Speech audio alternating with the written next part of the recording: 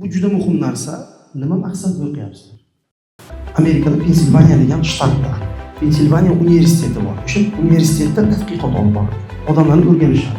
350 mingga yaqin odam sinovdan o'tadi. Maqsad muvaffaqiyatli odamlarning miyasi qanaqa ishlaydi shuni bilish bo'ladi.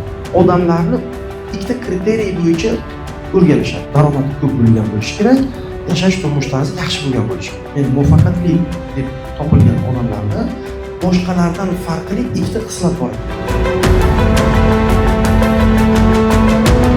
Qaysi sohani tanlashingizdan qat'iy nazar, niyatingiz to'g'ri bo'lishi kerak. Agar ana o'sha boshidagi niyatni to'g'ri bo'lsa, qolgan joy to'g'ri ketadi.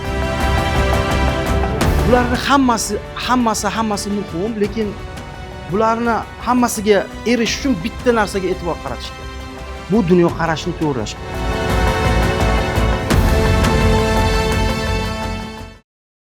Hurmatli talabalar, Zarmet universitetining faol iqtidorli talabalari, biz bilan hozir shaxsiy rivojlanish, biznesni boshqarish, ya'ni moliyaviy savodxonlik, mindset, ya'ni fikrlarni o'zgartirish bo'yicha ko'plab seminarlar, treninglar, motivatsion chiqishlar orqali respublikamizda va qo'shni respublikamizda o'zini alohida o'rni bor mentorimiz Ibrohim Gulyamov tashrif aylaganlar. Real hayotiy misollar, shaxsiy tajribalar, intizom, maqsad va harakatga urg'u bergan holda ko'plab yosh tadbirkorlarimizni ilhomlantirish bilan tanilgan hisoblanadi bu kishi.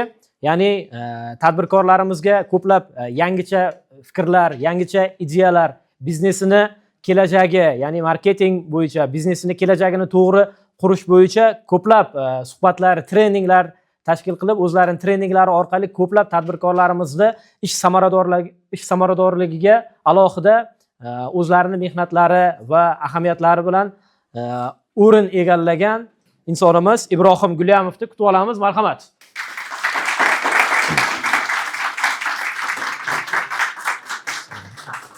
Hammalaringizga assalomu alaykum, hurmatli talabalar. Hurmatli agar o'qituvchilar bo'lsa, o'qituvchilar, ushbu universitetning a'zolari. Bugun sizlar bilan suhbat qilamiz. Hayotda o'z yo'lini topish mavzusida gaplashamiz. Nima deydi? Mavzuga o'tishdan oldin bir nechta narsalarni sizlar bilan kelishib olamiz. Birinchidan, bu suhbat tarzida bo'lishi kerak. Bugungi sizlar bilan darsimiz qandaydir bir seryozni o'tirish shart emas. Erkin o'zingizni uyda his qilganday bo'ladi-ku. Bemalol his qilishingizni xohlayman. Suhbatimiz jarayonida sizda savollar paydo bo'lishi mumkin. Bemalol savollaringizni berishingiz mumkin. Savol berish juda muhim va aktiv ishtirok etishingizni xohlayman. Soddalik, men dars o'tayotgan paytimda savol beraman, suhbat tarzida bo'ladi. Shunaqa bir ochiq suhbat tarzida bir samimiy o'tishni xohlayman. O'zi birinchi kurslar bitta qo'l ko'taringlar-chi? Aha, birinchi kurslar. Ikkinchi kurslar qo'l ko'taramiz. 3 4 yo'q, to'g'rimi? O'qituvchilar yoki xodimlar deymiz, ha? Mavzumiz hayotda o'z yo'lini to'g'ri topish. Qisqacha o'zim haqimdan ozgina aytib o'taman. Ismim Ibrohim. Bizda bir nechta bizneslarimiz bor. Biz Toshkentda faoliyatimiz 10 yildan beri konsalting sohasida kichik o'rta biznes egalarini, korxonalarini tizimlashtirishda yordam beramiz. Korxona ochishga yordam beramiz. Va Bifoza degan yana bir yo'nalishimiz bor. Bu bizneslarni avtomatlashtirishga yordam beradi. Bitta bir telefoningizdan, smartfoningizdan butun biznesingizni boshqarish imkonini beradi. Va Target degan maktablar tarmog'i bor Toshkentda. IT va biznesga yo'naltirilgan bolalarni biz maktab davridan biznesga qiziqtiramiz va ishchi bo'lishga emas, ish beruvchi bo'lishga o'rgatamiz. Kitob yozganman, biznesdagi 99 ta xato va ularga yechimlar. 10 yil mobaynida faoliyatimiz jarayonida ko'p tadbirkorlarning xatolarini ko'rganmiz va ularning yechimlari berganmizda ko'p berilgan savollarga kitob yozganmiz. Bu ayrim darslarimizdan lavhalar, bu ayrim ustozlarimiz har xil joylarda o'qiyman, har xil joylarga borganman. Amerikada, Angliyada, Rossiyada, Qozog'istonda, Koreya, har joyda tajriba olib kelganmiz. O'zimizning korxonalarimizda, mijozlarimiz korxonalarida qo'llab kelamiz. Ayrim mijozlarimizni kompaniyalari. Sizlarga shunday savol bilan murojaat qilmoqchiman. Nima uchun o'qiyapsizlar? Faqat chestni aytish kerak bo'ladi. Misol deylik, bo'lishi mumkin javobi shunaqa. Endi hamma o'qiyapti, men ham o'qiyapman shu uchun. Yoki boshqacha. Chunki bu juda muhim narsa. Nima maqsadda o'qiyapsizlar? Masalan, kimdir aytishi mumkin, diplom olish uchun. Keyin diplom sandiqda turadi. Marhamat, fikrlar bilan bo'lishsangizlar, xursand bo'lamiz. Nima uchun o'qiyapsizlar? Yaxshi ko'rgan kasb bilan egallash uchun. Oh, juda zo'r javob. Oxirida baribir mablag' katta qiladi. Ham yaxshi ko'rgan kasbi, ham kelajakda o'zini foydaga oluvchi o'sha ishlab toplaydigan mablag'. Молодец. Bitta qarsak bo'lsa, shu singlimizga. Вообще zo'r javob berdi. Zarmetda shunday gрамотный studentlar o'qir ekan, xursand bo'lyapman. Qani yana qanday fikrlar bor? Qani? Fikrlar bilan bo'lishsangizlar, nima uchun o'qiyapsizlar o'zi?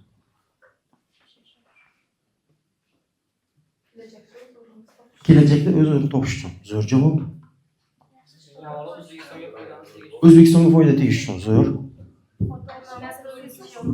Ota-onaning yuzini yorug' qilish uchun. Zo'r. Вообще zo'r javoblar beryapsizlar. Siz studentmisiz yoki ustozmisiz? Zo'r. Networking tanishuv, ha? Yaxshi. Bu ham yaxshi narsa. Networking juda kuchli narsalardan bittasi. Kimni tanishib bilishlari bor, juda ko'p masalalar hal bo'ladi. Xo'p. Qolganlar ham fikr bildirish kerak bo'ladi.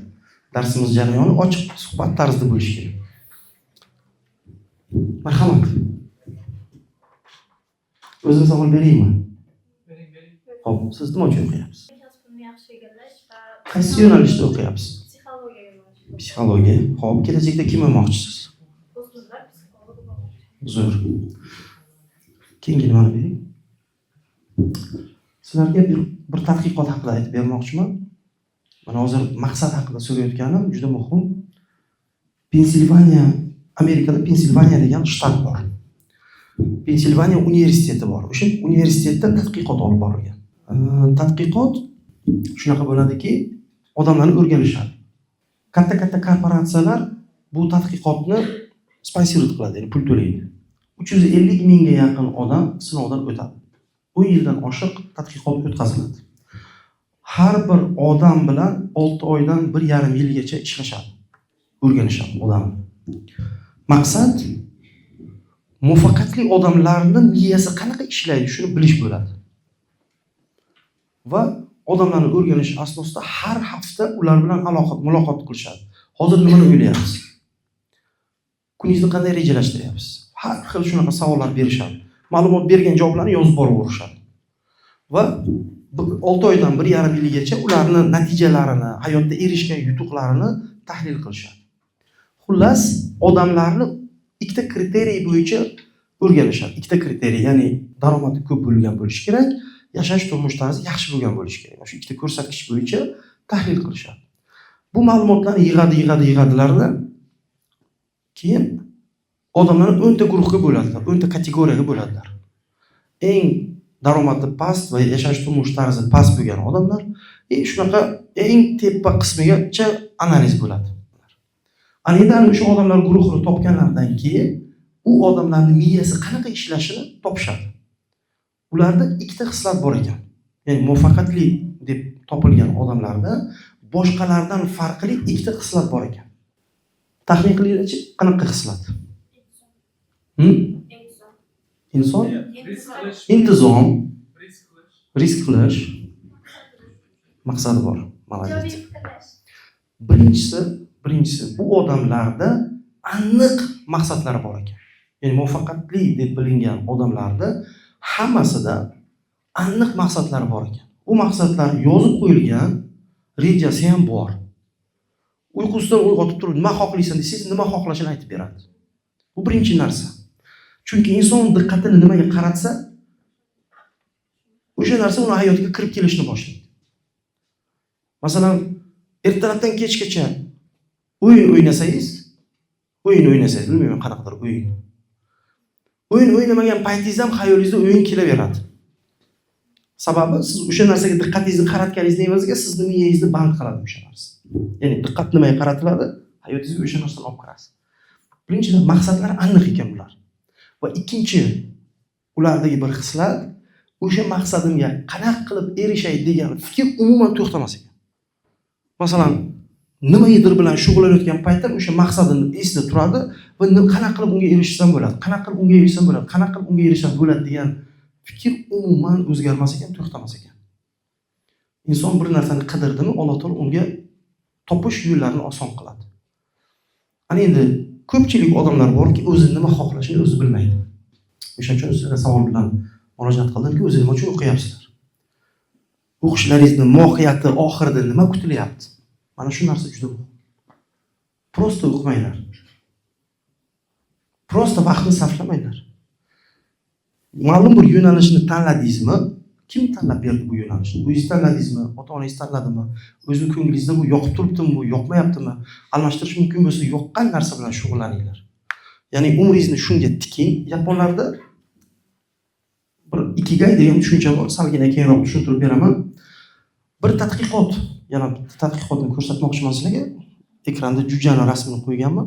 Keyingi bitta slaydni qo'yib bering, agar bossangiz videosi yoqilishi kerak. Bor ekanmi?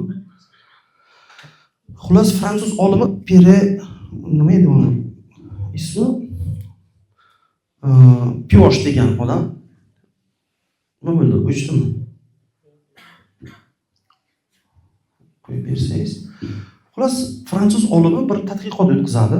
Tadqiqot bir katta bir stolni oladi, vatmin qog'ozini, oppoq qog'ozni qo'yadi. Robot ixtiro qilgan, kichkina robotcha. U robot tartibsiz harakatlanishga mo'ljallangan. Hozir videosi bor, nimagadir ochmayapti. Jujada shunday bir xususiyat bor ekan, tuxumdan chiqqan juja birinchi qimirlayotgan narsani ko'rsa, o'sha onam deb o'ylar ekan. Ya'ni instinkti uni ona deb o'ylar ekan. Robotni uni oldida qo'ygan paytda u robotni onam deb o'ylar ekan. O'sha tadqiqotda prosta rasmini qo'ysangiz ham mayli, agar videosi ochilmaydigan bo'lsa, ko'rish. Internetdan qidirsangiz bo'ladi.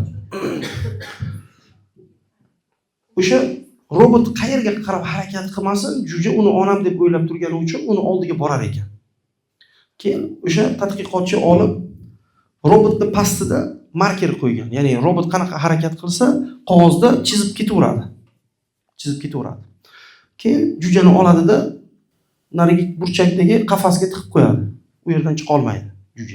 Juja endi onam deb o'ylayotgan robotning oldiga harakat qilib boraman desa agar, qafas uni chiqishga qo'ymaydi. Ozginadan keyin o'sha tadqiqotchi aytayaptiki, ozginadan keyin robot tartibsiz harakatlanishga mo'ljallangan robot sekin jujani o'sha qafaschasini oldiga kelib, o'sha yerda harakatlanib, o'sha yerda to'xtaydi. Qandaydir bir xatolik bo'ldi deb turib, qayta o'nlab, yuzlab marotaba takrorlasa, baribir qandaydir bir holatda robot jujani oldiga keladi. Va buni hech qanaqasiga ilmiy tushuntirib bo'lmaydi. Qanaqa qilib jonsiz bo'lgan robot jujani oldiga kelyapti. Va shu fransuz olimi xulosa qiladiki, robotni jujani oldiga olib kelgan narsa bu jujani niyat kuchi deydi. Onam deb o'ylayotgan robotni oldida bo'lishini xohlashi jonsiz bo'lgan robotni uni oldiga olib keldi deydi. Ya'ni niyatda shunday bir kuch borki, agar siz niyatni to'g'ri qilsangiz, Alloh taolo biladi-ku siz niyatingiz nima ekanligini. O'sha niyatingizga qarab beradi. Bir oddiy bir juja niyat qilsa, unga beradigan bo'lsa, odamzod niyat qiladigan bo'lsa, albatta unga ham beradi. Ana o'sha uchun siz hozirdan mana universitetga qadam qo'ydingizmi, hozirdan niyatni to'g'ri qilishingiz kerak. Qaysi sohani tanlashingizdan qat'iy nazar, niyatingiz to'g'ri bo'lishi kerak. Agar ana o'sha boshidagi niyatni to'g'ri bo'lsa, qolgan joy to'g'ri ketadi. Bir ustozlarimizdan birilar shunday degandilar. Niyat shunaqangi narsaki, masalan, ertalab uyda chiqqan paytingizda rubashkangiz bo'lsa agar, tugmasi bor-ku tepadagi. Ana o'sha birinchi tugmasini noto'g'ri qadasangiz agar, nima bo'ladi? Qolgan hammasi noto'g'ri bo'ladi. Nima qilish kerak keyin? Hammasini qaytib ochib, yana boshidan birinchisini to'g'ri qadash kerakki, hammasi to'g'ri ketsin. To'g'ri aytyapman? Ana o'sha tugmani birinchisi bu niyatni to'g'ri qo'yish. Agar siz boshidan niyatni noto'g'ri qo'ysangiz, qolgan hammasi noto'g'ri bo'lib ketadi. O'sha uchun niyat juda muhim. O'sha niyatni to'g'ri qo'yasiz, qolgan hamma narsa to'g'rilanib ketadi. Ana endi siz mana hozir o'qiyapsiz. Niyat qanday? Niyatingiz qanday? Mana shu joy juda muhim. Ko'pchilik odamlar niyatga e'tibor qaratmaydi. Agar niyatim diplom olish desangiz, bu niyatingizdan yaxshilik yo'q bu diplomingizda.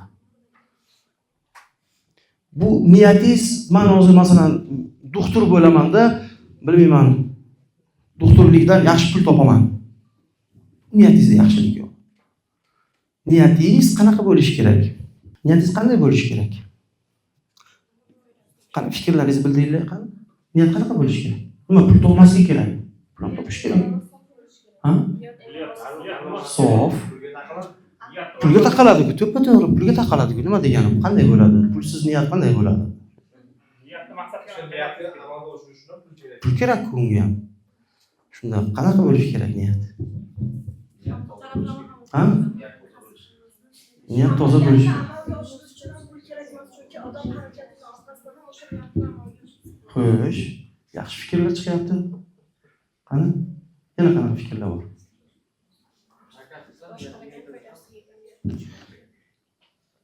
O'z kasbini sevish kerak.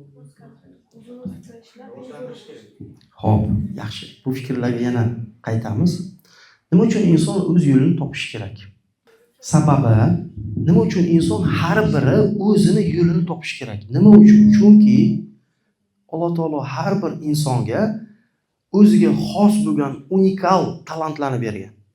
Juda ko'p odamlar, milliard odamlar ana o'sha talantini topmasdan o'tib ketadi dunyodan. Dunyoga keladi, yashaydi, o'lib ketadi. Talantini topmasdan ketadi.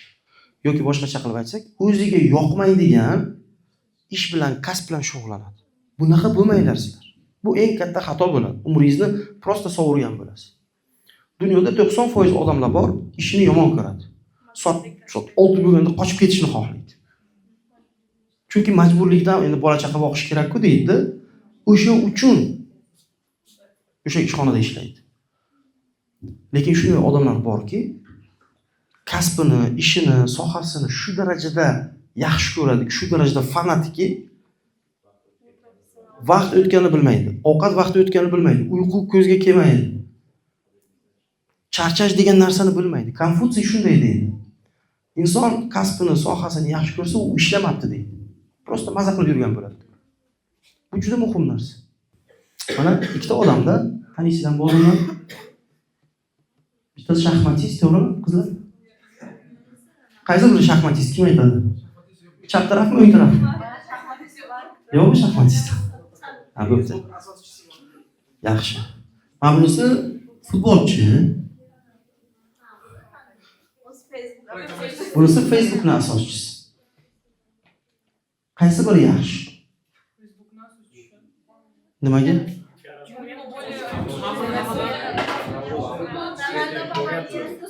Qarang. Men sizga aytsamki, futbol o'ynashda qaysi biri yaxshi desam, bunisi yaxshi bo'ladi. Programmalarda, biznes yuritishda qaysi biri yaxshi desam, nargisi yaxshi. Ya'ni bu nisbiy narsa-da, nisbiy narsa. Qaysi biri yaxshi deyish nisbiy narsa. Bu o'zini yo'nalishi bo'yicha nomer 1, bu o'zini yo'nalishi bo'yicha nomer 1. Bir-birining sohasida emas. O'sha uchun siz nima bo'yicha nomer 1 bo'lmoqchisiz? Shu muhim bo'lishi kerak sizga. Prosta yashab o'tmaslik uchun siz nima bo'yicha nomer 1 bo'lmoqchisiz? Nomer 1 bo'lsangiz bo'ladimi? Mana shu nomer 1 bo'lishingiz uchun Alloh taolo sizga bergan talantni qidirib topishingiz kerak. Alloh taolo har bir insonga bu yerda chizsam, yozsam bo'ladimi? Qaranglar. Alloh taolo har bir insonga qobiliyatlar beradi. Har biringizda qobiliyat bor. Hamma jonzotlarda qobiliyat bor. O'ziga yarasha qobiliyatlar. Va ko'p qobiliyatlar beradi. Masalan, deylik, nima bo'ldi bunga? Kimnidir miyasi, misol deylik, raqamlar bilan fikrlaydi. Hisob-kitoblarga yaxshi ishlaydi, misol. Kimdir misol deylik, kreativga yaxshi. Kreativ. Kimdir chiroyli gapirishda yaxshi, soddalik. Ta'sirli gapira oladi, qandaydir odamlar bilan gapirishda. Kimdir yana boshqa narsa. Har bir insonda shunaqangi qobiliyatlardan juda ko'p. Juda ko'p. Sizning vazifangiz nimadan iborat? Uzr so'rayman.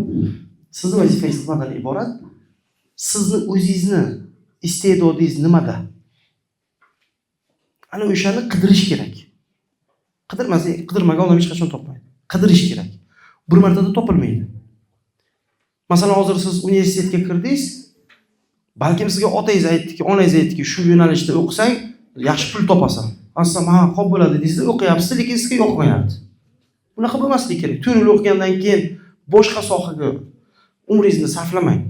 Hozirdan aniqlab oling, siz o'zi to'g'ri yo'nalishda nimangizda o'qiyapsizmi yoki fakultetingizni almashtiring. Agar mumkin bo'lsa shunaqangi imkoniyat bo'lsa. Bu juda muhim narsa. Qobiliyatingizni aniqlab olish juda muhim narsa. Ana o'sha qobiliyatni ustiga keyin fokusingizni qarating. Kuchingizni o'sha tomonga tashlang. O'sha narsani rivojlantiring. Kuchli narsani rivojlantirish kerak. Birinchi toping qayerda sizning kuchingiz. Ana o'shani keyin kuchaytiring. Ana o'sha bo'yicha nomer 1 bo'ling. Va bunday odamlarga tenglashish juda qiyin.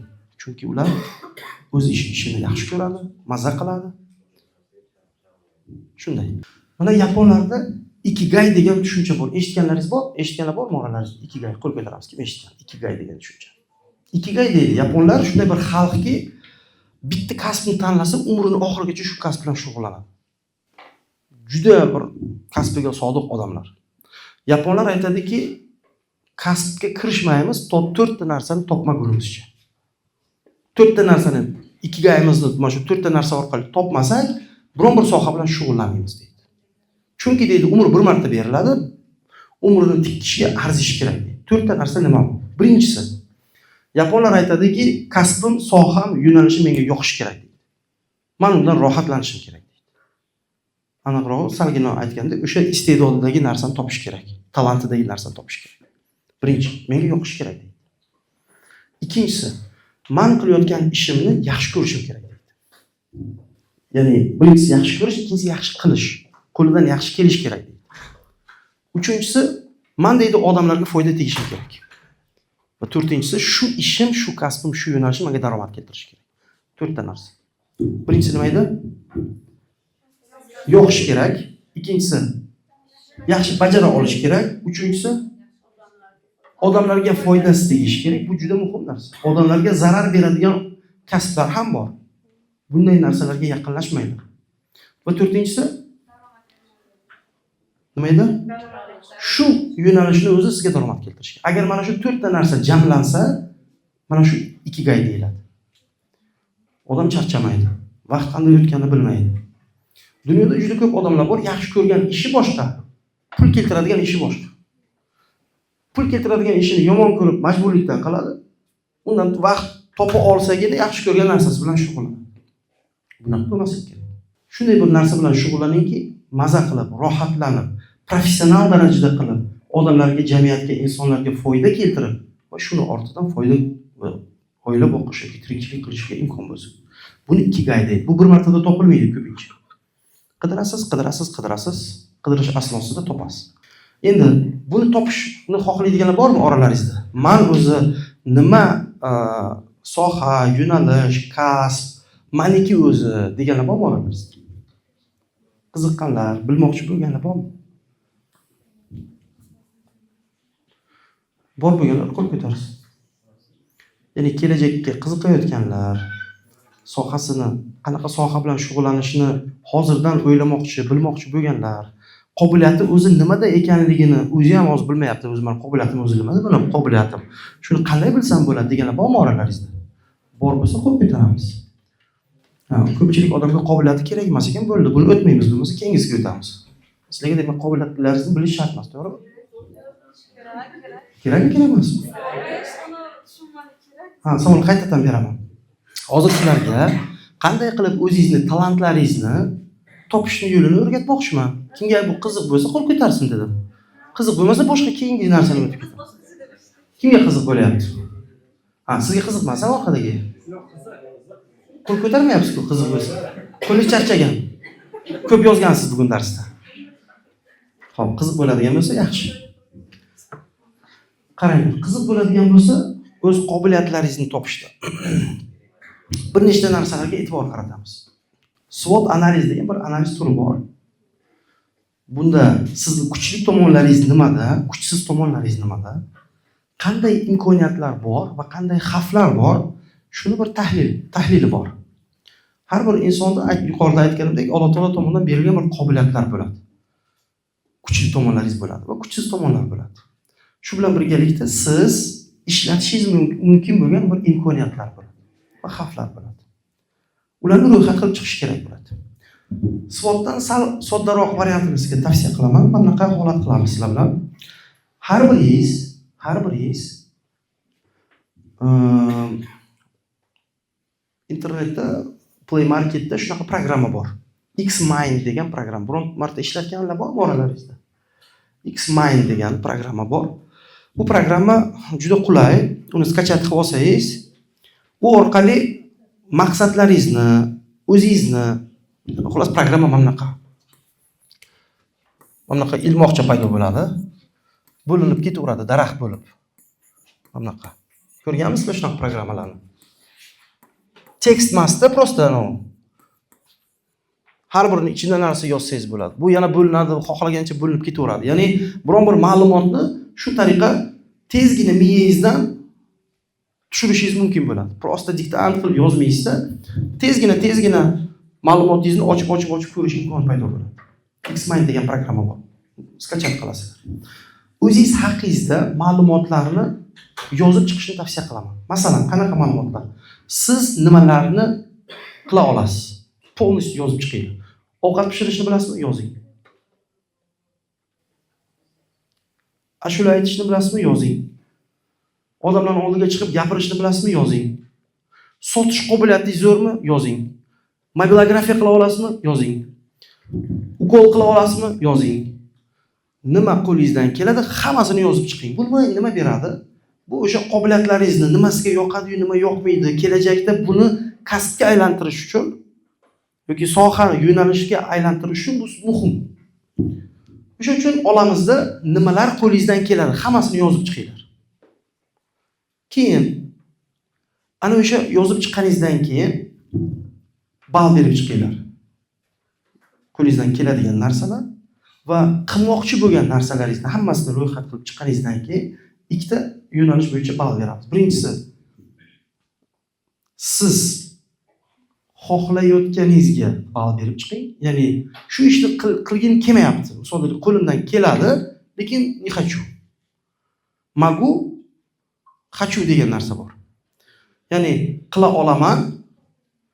Qila olishimga masalan men aytaylik, rasm chiza olaman. Rasm chiza olishimga 10 ball, lekin xohishimga 2 ball. Ayrim payt bo'ladi, masalan, ovqat pishira olaman 10 ball, lekin pishirishni umuman xohlamayman 2 ball yoki 3 ball yoki 5 ball yoki 1 ball bo'lishi mumkin shunaqa narsa.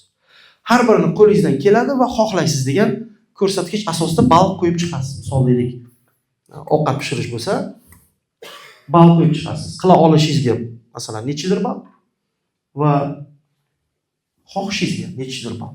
Shunday qilib hamma qo'lingizdan keladigan va qilmoqchi bo'lgan narsalaringizni yozib chiqqaningizdan keyin ballar sizni belgilab beradi. Nima sizni ko'proq yoqadi, nima sizga ko'proq yoqmaydi.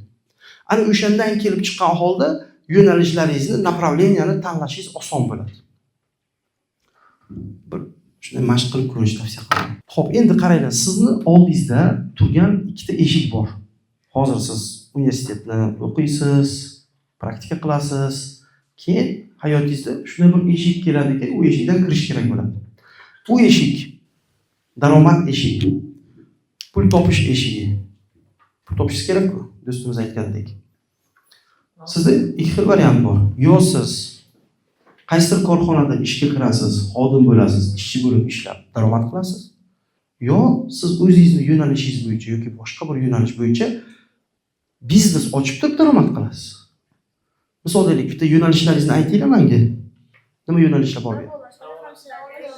Masalan, mana davolash yo'nalishlarida klinika, apteka, stomatologiya bilmayman, har xil narsalar, diagnostik sentr yoki tabobat, bilmayman. Har xil yo'nalishlar ochilishi mumkin. Siz как biznesmen sifatida meditsinadan sohangiz bor, buni biznesga aylantirishingiz mumkin. Yo xuddi shunaqa klinika yoki shunga o'xshagan joylarga borib ishchi bo'lib ishlashingiz mumkin. Yana qanaqa yo'nalishlar bor? Ekonomika bor. Misol deylik, siz ekonomikani yaxshi o'rgansangiz, kompaniyalarda ekonomist sifatida, moliyachi sifatida ishga kirishingiz mumkin-da. Ya'ni korxonani butun moliyasini tartiblashtirib berishingiz mumkin. Yoki o'zingiz misol deylik, moliyani tartiblashtirish bo'yicha korxona ochib, biznesmenlarning moliyasini outsource deydi, borib moliyasini tartiblashtirishingiz mumkin. Masalan, bizda korxonamizda moliyachini olganmizda, outsource deyishdi. Bizdan tashqari yana boshqa korxonalar moliyasini tartiblashtiradi-da, bizni ham moliyamizni tartiblashtiradi. Har oy pul to'laymiz. Misol deylik.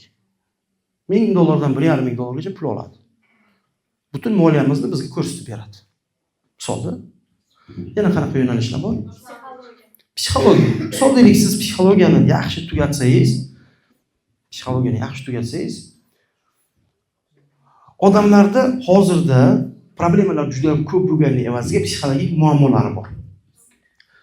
Masalan, bizda ko'p o'qishlarimizda har xil psixologlar ham o'qigan.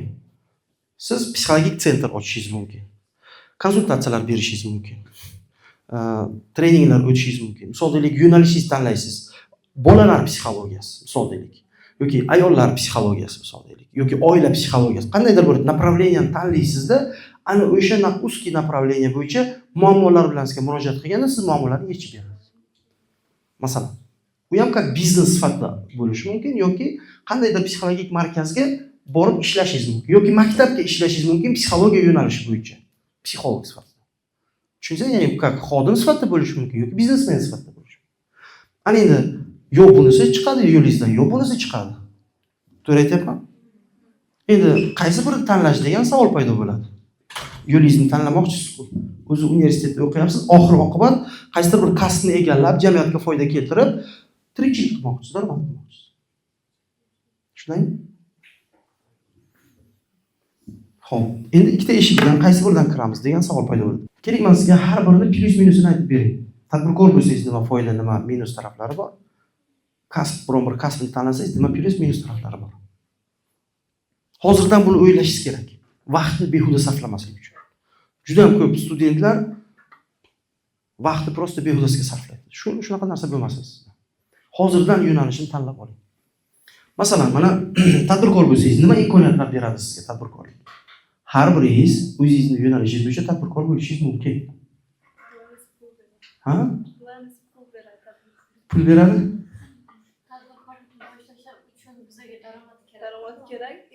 Ha, hozir uni ham aytaman, qanday qilsak bo'ladi, bosqichma-bosqich. Birinchi tanlash uchun birinchi bilish kerak. Buni tanlaymi, buni tanlaymi? Plyus minuslarni bilish kerak. Masalan, tadbirkorlikda nima plyuslar bor? Siz moliyaviy erkin bo'lishingiz imkoni paydo bo'ladi. Xohlagancha pul topishingiz mumkin. Ikkinchidan, vaqtingiz erkinligi sizning o'zingizning qo'lingizda. Xohlasangiz ishga chiqasiz, xohlasangiz chiqmaysiz. Rivojlanish, o'sish imkoni. Misol deylik, tadbirkorlik imkoniyati, chetga chiqasiz, har xil ustozlardan o'rganasiz, rivojlanishingizga imkon paydo bo'ladi. Tadbirkor bo'lganingizdan keyin, pul normalni topganingizdan keyin rivojlantirasiz o'zingizni. Rivojlanmaslikning iloji yo'q. Lekin shunaqa joylar bor, tadbirkorlikning o'ziga yarasha risklari ham bor. Masalan, tadbirkor bankrot bo'lishi ham mumkin. Tadbirkor katta risklarni bo'yniga oladi. Tadbirkor вообще pul topmasligi mumkin. Bu taraflari ham bor. Ya'ni katta imkoniyatlar bo'lish bilan birgalikda xavflar ham bor. Masalan, xodim bo'lsangiz, siz точно bilasiz, pul olasiz. Tadbirkorda unaqa точно bilish yo'q. Вообще olmasligingiz mumkin. Minusga ishlashingiz ham mumkin. Ha? Juda katta pul ham kelishi mumkin. Katta yo'qotish ham bo'lishi mumkin. Risklar katta. Endi xodim bo'lsangiz, keyingisini bering. Xodim bo'lsangiz, точно bilasizki, oyligingiz oyning oxirida olasiz. Lekin minus taraflari ham bor. O'sish unaqa katta imkoniyat bermaydi. Chunki men ishga kelmayman desangiz, ishdan bo'shatadi sizni. Men chetga borib o'qiyman desangiz, so'ring berdan deydi. katta oylikni ishchi bo'lib turib olish imkonsiz.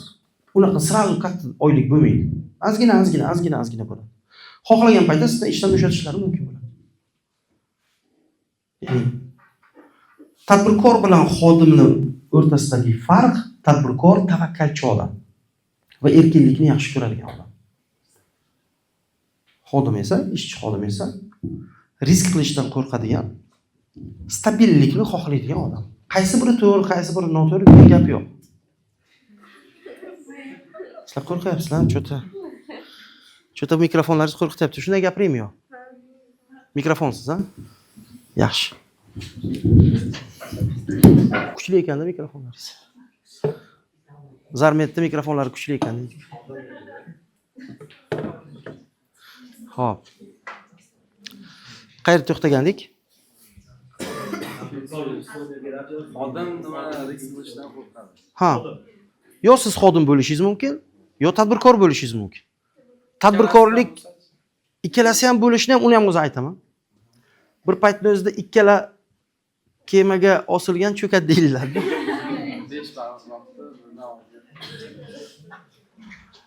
5 barmoqni og'ziga birdan tiqib bo'ladi, faqat og'iz katta bo'lib qoladi. Yoki barmog'ingizni tishlab qolishingizga olib keladi. O'sha uchun mana ikkita eshik, keyingi slaydimizni bersangiz. Sizlar qaysi birini tanlamoqchisizlar? Har birida o'ziga yarasha risk bor. Bankrot bo'lishingiz xavfi bor. Zo'r, keyingi slaydni bering.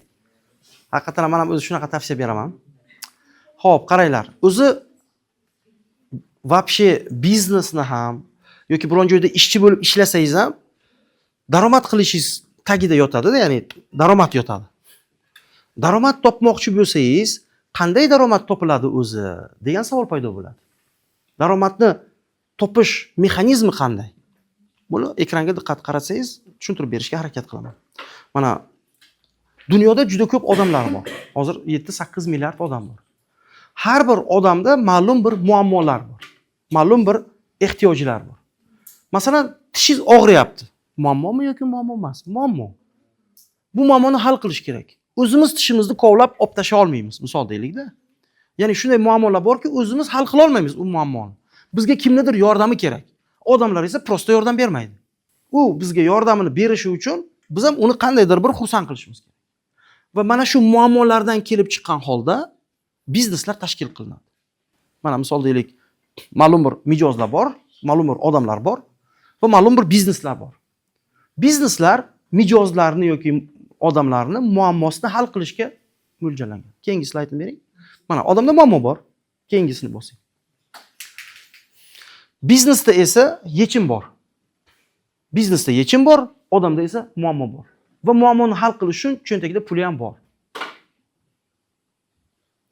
Biznesda esa yechimni berish uchun mijozga yechim beradi. Mijoz esa unga to'lov qiladi. To'lovni qabul qilgandan keyin u yechimni jamoa yordamida hal qiladi. Jamoasiz uni hal qilib bo'lmaydi. Masalan, mana hozir Zarmet universitetini agar oladigan bo'lsak. Juda ham ko'p odamlar bor, ilm olishni xohlaydi. Qayerdan ilmni olaman deydi. Va Zarmet misol deylik, ta'lim muassasasi bu muammoni yechishga o'zini xizmatlarini, professional xizmatlarini taqdim qiladi. Shuni evaziga bu ta'lim olmoqchi bo'lgan to'lovni amalga oshiradi. Zarmet esa yoki universitet esa buni как biznes sifatida qarasak, o'sha bilimga bo'lgan ehtiyojlarini, muammolarini yechadi. Yo'nalish bo'yicha o'qitadi, misolga. Va u narsani amalga oshirish uchun, natija keltirish uchun komanda kerak bo'ladi.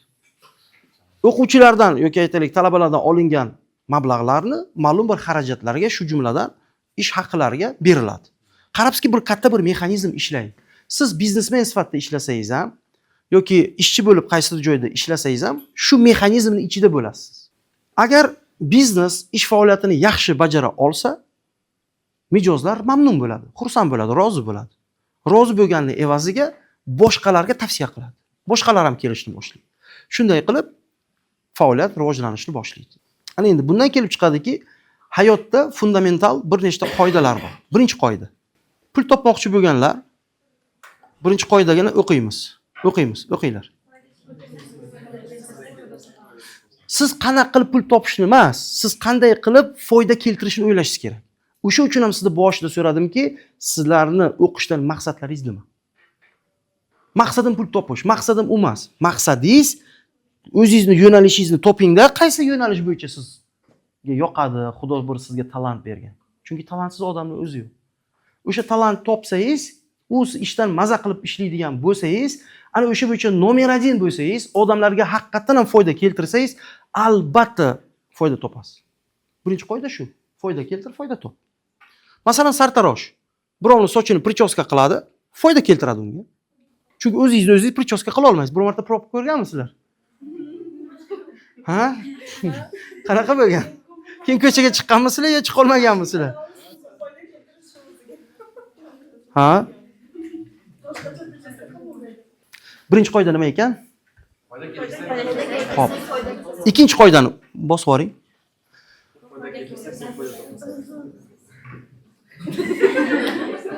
Bitta odamning sochini prichoska qilsangiz, bitta odamdan pul olasiz. 10 ta odamga yordamingiz tegsa, 10 ta odamdan pul topasiz. Uchinchi qoidani qo'ying.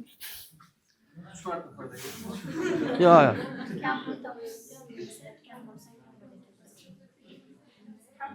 Agar vobshe pul topmayotgan bo'lsang, vobshe bir tinga foydang tegmayapti degani. Kim tushundi hozir o'zini? Qo'l ko'tarmayapsizlar nima? Pul topmayapsizlarmi hozir? Faqat yeyapsizlar pullarni.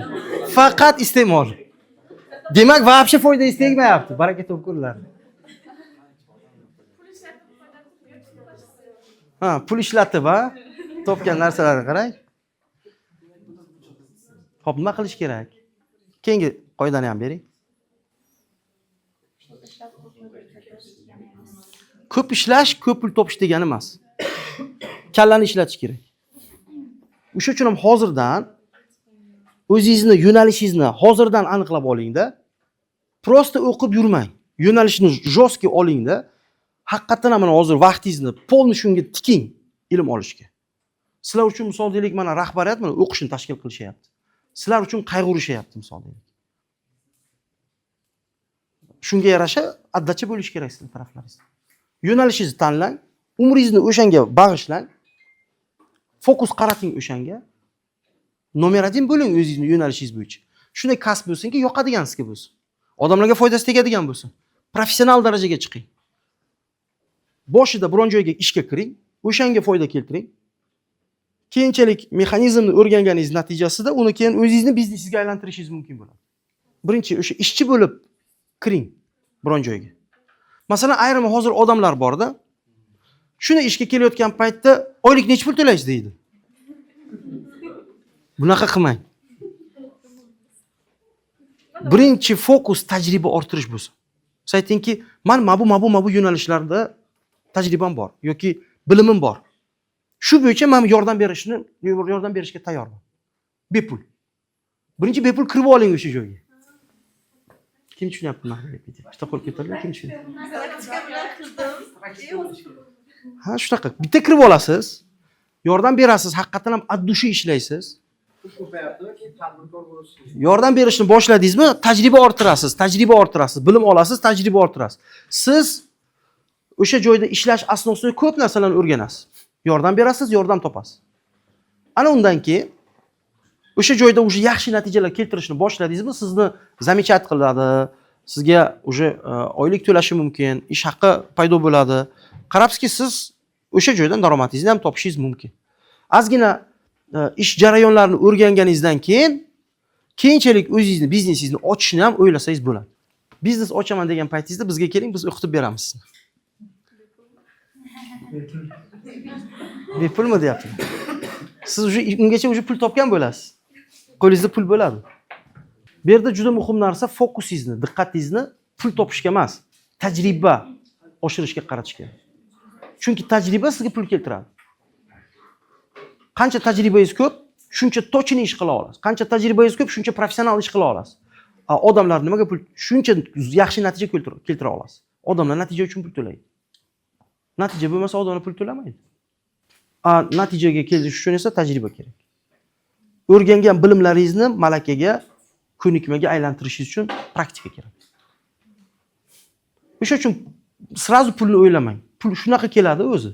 Agar siz ishni zo'r qila oladigan bo'lsangiz, professional darajada qila oladigan bo'lsangiz. Keyingi slaydimizni bering. Bu uchun nima qilish kerak desak, birinchi qiladigan narsangiz o'zingizni to'g'ri muhitga tashlang. Masalan, mana salyonni bodring bor-ku, kim uyda salyonni qiladi? Qilayotgan, qilganlar bor. Hamma qiladi, ha? Kimlardir hozir qilmayapti-da. Ana o'sha salyonni bodringning ichida, ana sho'r suvning ichida bir svejiy bodringni olsangizda, o'shani ichiga tiqsangiz, zakrivat qilib tashlasangiz, u sho'r muhitning ichida, sho'r suvning ichida, sho'r bodringlar bilan birgalikda o'sha bankaning ichida suzgan paytda, uni o'sha sho'rliklarni o'ziga nima deydi? Tortib oladi, singdirib oladi. Va u ham sho'r bodringga aylanadi. Qanday muhitda bo'lishingiz sizni qanaqa odamga aylanishingizga sabab bo'ladi. Masalan, tasavvur qiling, parfumeriya do'koniga kirdingizlar, hech narsa sotib olganingiz yo'q. Prosta aylandingiz 1 soatcha, u yerdan bu yerga, bu yerdan bu yerga. Chiqdingiz, bordingizda darsga kirdingiz. Nima bo'ladi? Sizdan yoqimli hid keladi. Endi tasavvur qiling, qishloqning tualetini bir tasavvur qiling-da, anu yog'ochli, anu taxtali bo'ladi-yu.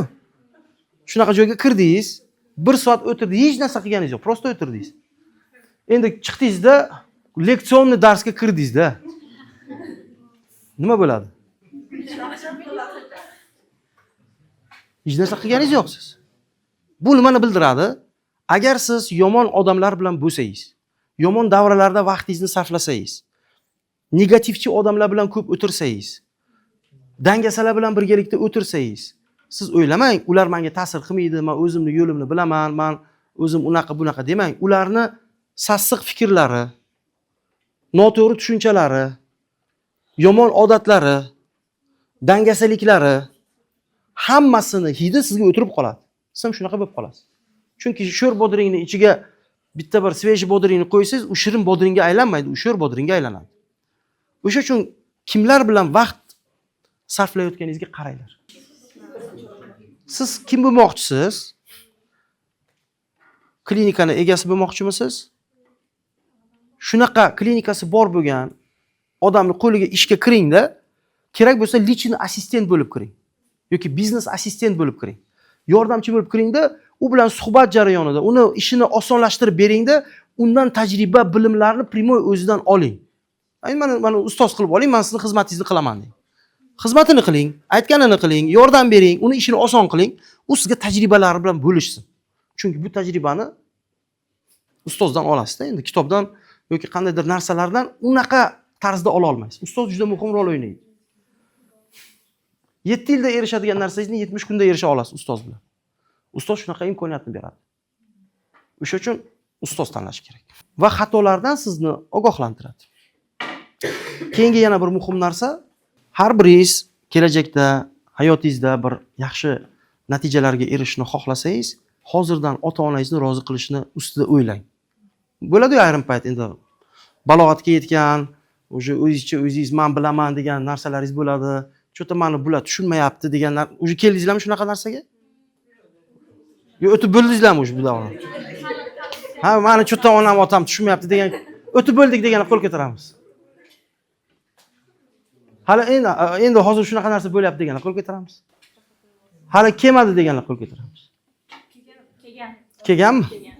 O'zi shunaqa birinchi kurslarda keladi-da o'zi. Bular meni tushunmayapti bular. Mana shu etapda siz hozir ular sizni tushunmayapti emas, siz o'zingizni tushunmayapsiz.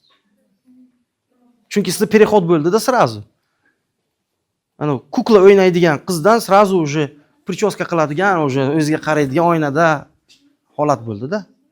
Yoki yigitlar ham misol deylik, burni oqib yurgan bir paytda hozir серьезно уже kostyumlar, уже ertalablar sochlarni prichoska qilib, hozir duxilarni sepib, dadasini duxisini misol deylik. Уже boshqacha anaqa bo'ladi-da. Bu normalniy narsa. Biz har bir etapdan o'tadi odam. Mana shu joyda ota-onaning qadriga yetish, duosini olish juda muhim. Ularning duosi bilan o'sasizlar. O'sha uchun duolarni olinglar. Har ertalab olinglar duosini ota-onalaringizni. Bu juda muhim narsa. Savol bersam bo'ladimi? Albatta. Например, qarangda, shunaqalar bor. O'zi tanlagan kasbda ota-onasi pul tutadi. Ha, bo'ladi bu narsa. Bunga qanaqa? Bunda zo'r yechim bor. Aytaymi? Kim bilmoqchi? Ha, bilmoqchimi? Yaxshi. Ayrim payt bo'ladi, ota-onalarimiz bizga biz tanlagan yo'nalish, kasbga qarshi bo'ladi. Ayrim payt o'qishda ham shunaqa bo'ladi. O'zingiz вообще boshqa yo'nalishda o'qimoqchisiz, ota-onangiz shu yo'nalishda o'qishingizni xohlaydi. Sababi o'zi ham shu yo'nalishda o'qishni xohlagan, lekin o'qishga kira olmagan. Bo'lishi mumkin-ku shunaqa narsa. Yoki o'zi o'qimagan, farzandini o'qitmoqchida, lekin yo'nalishini nimani o'zi ham bilmadi. Kimdir aytdiki, mana shu yo'nalish dedi, xo'p bo'ladi dedi, shu yo'nalish zo'r bo'lsa kerak deb turib o'qiysan dedi. Bo'ladimi shunaqa narsa? Bo'ladi. O'zi o'qib turib o'sha narsani qiyinchiligini bilib bo'lasini. Unaqa ham bo'lishi mumkin. Yoki misol deylik, SSRning odami bo'lsa, SSR paytida diplom juda katta rol o'ynagan. Endi shu diplom olsang bo'ldi, nima ishga kirasam, kirmasam diplom ol deydiganlar ham bo'lishi mumkin. Endi har xil vaziyatlar bo'ladi. Bu yerda muhim joyi shuki, siz o'zingizni, aqlingizni, aql hushingizni joyiga qo'ygan holda bir yo'nalishni tanladingizmi, srazu hozir kelajakni ko'rishingiz kerak. Masalan, nima yo'nalish tanladingiz? Ha? Lechfak, ha? Bo'ldi. Siz kim bo'lmoqchiligingizni birinchi kursingizda hozirdan o'ylashingiz kerak. Kim bo'lasiz? 5 yildan keyin kim bo'lasiz yoki 10 yildan keyin kim bo'lasiz? Hozirdan o'ylang shu haqida, kim bo'lasiz? Biznesmen bo'lasiz shu yo'nalish bo'yicha. O'zingizning klinikangiz bo'ladi, bilmayman. Yoki biron bir klinikada bo'lib professional doktor bo'lib ishlaysiz. Yoki mana shu joyni o'zida misol deylik ishlashingiz mumkin. Bulardan tarmoq ko'p. Hozirdan o'ylash kerak bu narsani. Va butun fokusingizni ana o'sha maqsadga olib boradigan ishlar ustida ishlash kerak. Shunaqa narsa. Можно вопрос? Могу я к чему обращаться? Например, бывает так, что вот человек, который учился, он до сих пор, даже когда зашел, он не может определиться со своей направленностью, например, куда он именно хочет пойти. Из этого не лучше ли изучить каждую, например, профессию? Например, я хочу быть гастроэнтерологом, но при этом мне интересно, что может проходиться в гинекологии, что может быть в кардиохирургии, например. Если, например, вы говорите, человек должен определиться с первого курса, и должен типа по этому пути идти до 5-го курса. Так как человек должен понять, какую именно профессию ему интересно именно в отраслях? Например, вот мне сейчас интересна гастроэнтерология, но я не практиковалась. Вдруг мне не понравится. Вот тогда как поступать, например? Здесь очень просто. Вы сначала должны определить цель, потом вы можете попробовать все, что угодно. Например, цель такова есть, но при этом до сих пор пока что нету практики. Из-за этого человек задумывается, а правильно ли это нормально. Это нормально, потому что я же только что сказал, что с первого раза вы не сможете, не всегда получается, что вы так с первого раза нашли вот, свою миссию, да, вот. Не получается иногда. Иногда нужно пробовать. Например, вы говорите, что вот это мое. Пробуете, не мое. Бывает такое тоже. Но... А если долго не может человек определиться? Это значит то, что человек не имеет определенные цели до сих пор? Можно сказать так. Он еще не определился.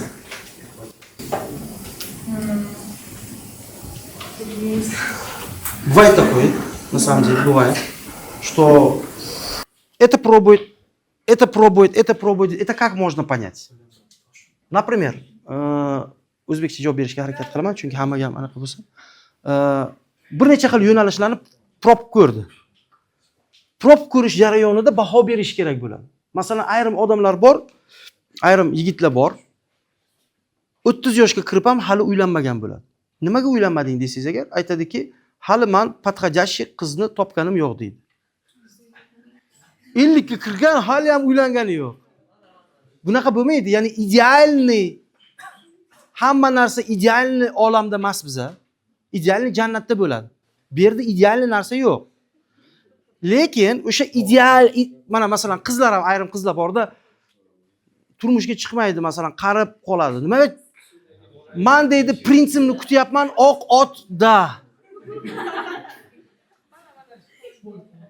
U kelmasligi mumkin, u prins. Xo'p, diqqat qilamiz. O'sha uchun yo'nalishlarni prop qurish jarayonida baho berish kerak просто. 10 ballik sistemada baho berasiz. Да, на 100% не бывает иногда. Вот, вы попробовали гинекология, вам понравилось, не понравилось. Например, поставьте себе какую-то оценку, например. 7. Гастроэнтеролог, энтеролог, да? 5 misol deylik. Yana qandaydir yo'nalish. Bularning ichidan misol deylik, tanlab olasizda, masalan 5 yoki 7. Mana bunisini tanlaymiz misol. Lekin 10 emas bu. Может ichiga kirganingizdan keyin 10 bo'ladi, ochilgandan keyin. Shunaqa bo'lishi mumkin. Tushunarli bo'ldi-a shu tarafi. Keyingi narsa bu almashinuv qoidasi. Almashinuv qoidasi. Dunyoda odamlar bir-biri bilan almashinuv qiladi. Nimadir beradi, nimadir oladi. Va mana shu almashinuv qoidasini o'rgansangiz, har qanday odamlar bilan kelisha olasiz. Ishchini ishlatsangiz ham zo'r bo'ladi, dugonalaringiz, do'stlaringiz bilan ham munosabatingiz zo'r bo'ladi, ota-ona bilan ham zo'r bo'ladi, ustozlar bilan ham zo'r bo'ladi, kollegalar bilan ham zo'r bo'ladi, agar almashinuv qoidalarini bilsangiz. Keling, almashinuv qoidasi haqida aytib beraman.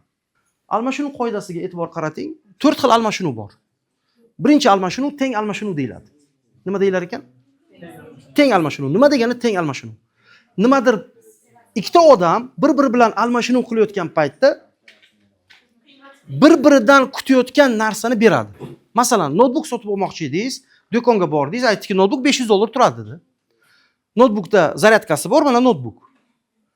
Siz $500 berdingiz, u sizga notebookni berdi. Ikkala odam ham kutgan narsasini oldi va bu almashinuv teng almashinuv deyiladi. Ikkinchi almashinuv turi bor, qisman almashinuv deyiladi.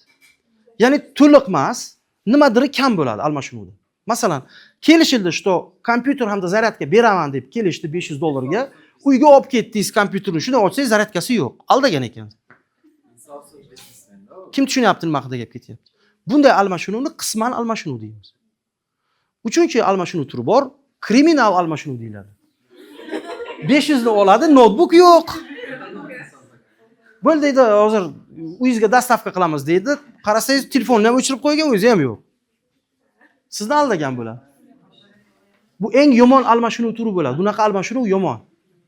Va 4-chi almashinuv turi bor, kutganidan ko'proq deb nomlanadi.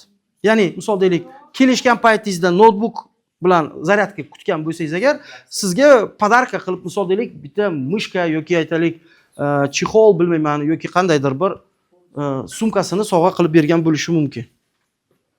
Bu o'sha kutganidan ko'proq almashinuv deyiladi. Ana endi hozir 4 ta almashinuvni ko'rdik. Qaysilar edi? Teng. Endi qaranglar. Ota-onalaringiz sizlarni chiroyli kiyintirib, chiroyli yedirib, plus yana universitetlarga o'qitib, to'lovlarni, kontraktlarni qilib jo'natyapti-da. Endi sizlar o'qishlaringiz qanaqa hozir? Ota-onalaringizga nisbatan darsga kelmaydiganlar bormi oralaringizda? Kriminalchilar bormi? Yaxshimi shu ishlaringiz? Ota-onalaringizga munosabatlaringiz qanday? Yoki masalan, ustozlaringiz sizlarga dars o'tdi, o'rgatdi va hokazo va hokazo, sizlar домашний zadanyalarni qilmayapsizlar. Qanaqa almashinuv qilyapsizlar?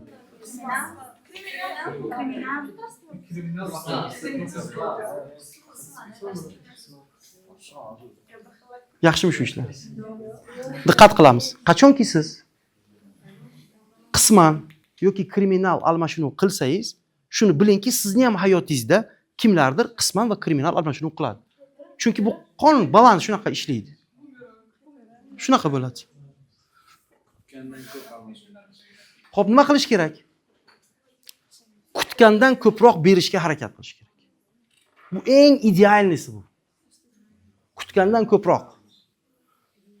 Mana shunga fokus qaratinglar. Agar biznesmen bo'lsangizlar, klientlaringizga servisni shunaqa qilinglarki, u sizdan boshqalar bunaqa bera olmaydigan servis bera olinglar. Xizmat shunaqa qilinglarki, boshqalar bunaqa qila olmasin. Shunda nima bo'ladi desa, u klient sizdan boshqa joyga keta olmaydi. Yoki masalan, biron joyga ishga kirdingiz, ishchi bo'lib ishlayotgan paytingizda o'sha ishxonada shu darajada xizmat qilingki, boshqa ishchilar bunday xizmat qila olmasin. Ular kutganidan ko'proq narsa bera olingki, siz o'sha yerda eng yaxshi, eng sevimli xodim bo'ling. Professional ham ishlaysiz, ham yaxshi daromad va bunday xodimlar lavozimda oshadi va bunday xodimlarning oyligi oshadi. Chunki rahbarlar bunday xodimlarni prosta yaxshi ko'radi. Chunki ular qilayotgan ishini a'lo darajada bajaradi. Ayrim ishchilar bor, oylikka yarasha ishlamaydi. O'sha rahbarlar shu berayotgan puliga ham ichidan norozi bo'lishi mumkin. Например, qarangda, siz yaxshi ishlayapsiz, no rahbaringiz shu narsani zamechательно. Siz agar haqiqatan ham rezultat keltirayotgan bo'lsangiz, bu rezultatingiz korxonani rezultatiga rezultat qo'shayotgan bo'lsa, uni ko'rmaslikning iloji yo'q. U ko'rinadi. Agar to'g'ri joyda ishlayotgan bo'lsangiz-da endi. Например, ba'zilar ishlaydi-ku, lavozimi past, lekin bu shu narsani qiladi, lekin bu narsa lavozimi balandlarga ta'sir qiladi. Ulardan Bundayda birinchidan ishlayotgan paytingizda mehnatni qadriga yetadigan joyga ishlang. Birinchidan. Qadringizni bilmaydigan joyga emas, qadringizni biladigan joyga ishlang. Normalniy odamlar bilan ishlang. Normalniy odamlar normalniy o'zini ham, boshqani ham qadrini biladi. Ikkinchidan, o'sha joyga ishga kirdingizmi, shunday ishlanki, u kutgandan ko'proq narsa bering. Shunda u normalniy odam bo'lgani uchun, qadriyati yaxshi bo'lgani uchun sizni mehnatingizni qadrlaydi. Bu bir. Ikkinchidan sizga o'sish imkoniyatini beradi. 2. Va shu bilan birgalikda, o'sish bilan birgalikda daromadingiz ham o'sishiga imkon paydo bo'ladi. Bu 3. Shu uchun boshida aytdimki, qanday muhitda bo'lish kerak dedim. Muhit qanaqa bo'lish kerak dedim. Saloni oguretsini ko'rsatdim-ku sizga bankasini. Yomon muhitda bo'lmaslik kerak-da o'sha uchun ham. O'sha uchun ham yaxshi odamlar davrasida o'zingizni tashlang. Rivojlanish, o'sish, maqsadlarga erishish imkon paydo bo'ladi. Keyingi slaydimizni bering. Oxirgi slaydimiz ekan. Bularning hammasi muhim, lekin bularni hammasiga erishish uchun bitta narsaga e'tibor qaratish kerak. Bu dunyoqarashni to'g'rilash kerak. Hamma narsaga dunyoqarash ta'sir qiladi. Siz qanday dunyoqarashda bo'lsangiz, shunday fikrlaysiz. Siz qanday fikrlasangiz, shunday harakat qilasiz. Siz qanday harakat qilsangiz, yana takror harakat qilaverasiz. Siz qanday takror harakat qilsangiz, siz shunday odatga aylanasiz. Odatingizga aylanib qoladi. Odatlaringiz xarakteringizga aylanadi. Xarakteringiz esa sizni kelajagingizni ta'minlaydi. O'sha uchun hamma narsa atrof muhitdan va dunyoqarashdan kelib chiqadi. Keling, dunyoqarashga bir ozgina bir fikrlashga harakat qilamiz. Tasavvur qilinglar. Ikkita jonzot bor. Bittasi asalari, bittasi nima deysizlar buni? Chivinmi, pashshami? Chivin deganlar qo'l ko'taramiz. Pashsha deganlar qo'l ko'tarsin. Xullas, mayli. Bu aslida chivin.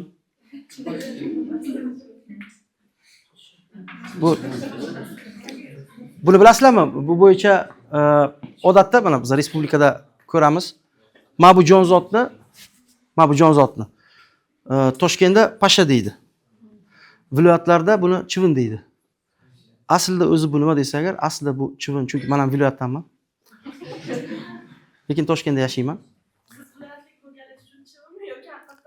Hozir o'sha haqiqatini aytaman hozir. O'zi bu chivin pashshami desa agar, toshkentliklar aytadi, mana deydi. Zoologiya kitobida bu pashsha deb yozilgan deydi. Viloyatliklar aytadiki, kitob Toshkentda nashr etilgandan keyin o'zlaringizga yozgansizlar-da deydi. Bu asl qaysi bu degan savol paydo bo'ladi. Aslini bilish uchun kim eslaydi, avvallari, hozir ham balkim hovlida yotgan paytda pashshaxona degan narsa bo'lardi. Kim ko'rgan shunaqa narsani? Yotganmisizlar? Marladan qilinadi-yu, pashshaxona deyiladi. Kravatlarning ustiga qilinardi-yu, ha? Endi qaranglar. Pashsha qon so'raydigani pashsha deydi. Mana buni chivin deydi. Qon so'raydigani kechki payt keladi. Bu ertalabga qarab keladi. Ya'ni mana bunisi. Asabni buzadi, uxlashga qo'ymaydi. Narigisi qon so'rab chiqadi, ertalabga uxlashga qo'ymaydi, tur deydi, narigisi mana bunisi uyg'otadi. Pashshaxona qachon qilinadi desangiz agar, kechki payt qilinadi. Kechki payt qaysi biridan qonni so'raydigandan saqlash uchun qilinadi. Agar uni ismi chivin bo'lsa, chivinxona bo'lishi kerak. Shunaqa? Mantiq nima deyapti? Unda chivinxona bo'lishi kerak. Chivinxona deyilmaydi, pashshaxona deyiladi. Demak, qon so'raydigan nomi pashsha, bunisi nomi chivin bo'ladi. Tushunarli bo'ldi? Xo'p, endi buni nima uchun dedim? Tasavvur qiling, shu ikkita jonzot bilan gaplashish imkoni bo'lsa sizda, ularning tilini tushunadigan. Ulardan so'rasangiz, hayotga ta'rif ber desangiz, asalari aytsaki sizga, hayot juda ham go'zal, hamma joy gulzor, xushbo'y, yoqimli iforlar desa. Mana bu chivin yoki pashsha degan jonzot aytsak hamma joy axlat, sassiq, mollar desa. Lekin bu narsa bularga normal. Ha, hozir birinchi eshitdinglar nima demoqchiman. Ikkalasi ham bitta davrda yashaydi. Bitta davrda yashab turib, bunisi faqat axlat, sassiq narsalarni ko'radi, bu xushbo'y gullar va hokazolarni ko'radi. Savol, qaysi biriniki to'g'ri? Asalarniki to'g'ri deganlar qo'l ko'taramiz. Chivin pashshaniki to'g'ri deganlar qo'l ko'taramiz. Ikkalasiniki ham to'g'ri deganlar qo'l ko'taramiz. Xo'p, endi savol. Diqqat. Diqqat, diqqat, diqqat. Endi bir davrda yashasada, masalan, bittasi mana shu joyda gulzorni ko'rsada, mana shu bitta ko'chada yashik turibdi axlat bilan. Asalari musodili gullarni ko'rsada, chivin yoki pashsha degan jonzot shu gullarning yonidagi axlatlarni ko'rsa, bir paytni o'zida, bir davrni o'zida yashasa, bu nimani bildiradi degan savol paydo bo'ladi. Har biri o'ziga kerakli narsani ko'radi. To'g'ri aytyapman? Endi savol, siz hayotda ko'pincha nimani ko'rasiz va qaysi ko'z bilan qaraysiz? Mana bunaqa go'zal narsalarni ko'radigan odammisiz yoki mana bunaqa narsalarni ko'radigan odammisiz tabiatan? Kim tushundi? Kim tushundi g'oya nimadan iborat? Odamzod shunaqa. Yo negativ, sassiq, musur, axlat, yomon narsalarni ko'radi, yo go'zal narsalarni ko'radi. Endi savol sizlarga. Sizlar ko'pincha nimani ko'rasizlar? Qani fikr bildiringlar-chi? Sizlarning miyalaringiz, sizlarning qalblaringiz, sizlarni ko'rayotgan onglaringiz nimani ko'radi ko'pincha? Ha? Chunki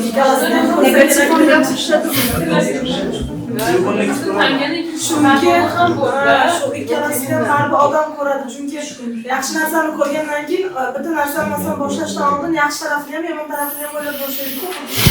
Yaxshi narsani ko'rgandan keyin. Xo'p, qaranglar. Buni tushunish uchun bu juda muhim narsa. Qaranglar. Misol deylik, mana ekran. Hozir bunday qilamiz. Mana shu nimamizni ikkiga bo'lamiz. Mana shu joydan siz bu taraf, sizlar bu taraf. Sразу joyda bunaqa qilamiz. Bu taraf sizlar asalarichilar. Bu taraf chivin pashshachilar. Negativchilar. Sizlar hozir bitta o'yin o'ynaymiz sizlar bilan. Mana ekran bizda. Sizlar hamma narsani faqat negativini, yomon tomonini, zarar tomonini ko'rasizlar. Sizlar faqat go'zal tomonini, yaxshi tomonini, foydali tarafini ko'rasizlar. Kelishdikmi shunday? Ketdik. Ekranni, mana bu televizorni. Sizlar yomon tomoni, sizlar yaxshi tomonini gapirishlaringiz kerak. Ketdik bitta. Sog'liqqa zarar. Bo'lmasa ma'lumotni yaxshi qabul qilib bo'lmaydi. Tezlashamiz, siz negativchilar. Ha? Hidi yomon. Hidini bilmadim. Televizorni biromatda hidini ko'r. Chiroyli. Tushunmadim.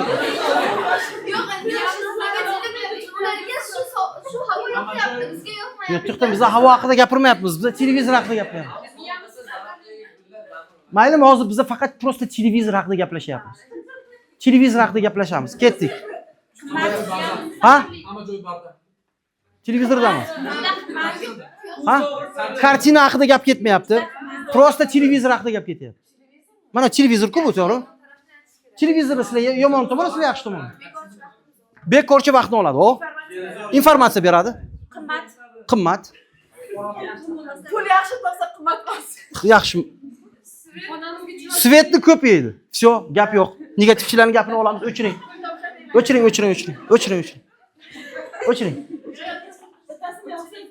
O'chiring, negativchilarning gapini quloq solamiz. Endi qaranglar. Misol deylik, mana shu stulchik bor, ha? Mana shu stulchikda sizlar zararli tarafini aytasizlar, sizlar foydali tarafini aytasizlar. Ketdik. O'tirsa bel og'riydi. Zo'r. Bo'lmasa o'tirib bo'lmaydi. Oyoq og'riydi. Ilm olish yaxshi. Yozishga noqulay. Bo'lsa dars qila olmaymiz. Hamma narsa sig'maydi. Ko'rdingizlarmi? Negativni ta'siri даже asalariga ham ta'sir qiladi. Aha. Ha? Sig'dirsa bo'ladi. Bo'ldi. Sizlarning gaplaringizga qo'shilamiz. Sizlar to'g'ri aytdingizlar. O'sha uchun sizlar stulchik zarar ekan, turinglar bo'lmasa. Davay. Turamiz. Darsni turamiz. Tik turib eshitamiz. Davay. Ha, davay. Serios. Sizlar bemalol. Turing. Turib turamiz. Siz bu taraf o'tmoqchimidingiz? O'ting bu taraf. Endi qaranglar. Diqqat qilamiz. Agar inson miyasi orqali ma'lumot olmasa, oyog'i orqali ma'lumot olishga majbur bo'ladi. O'zini qiynab demoqchiman. Endi diqqat qilinglar. Agar mana bu hozirgi mashqimizda endi asalari va chivin prosta sizlarni turg'izishimizning sababi bitta o'zlaringizda his qilishlaringiz uchun. Inson bir narsani negativ tomonini ko'rishni boshladimi, o'sha narsani go'zallik tomonlarini, foydali tomonlarini ko'zi ko'rmaydi. Va undan foydalanish imkoniyati kesiladi.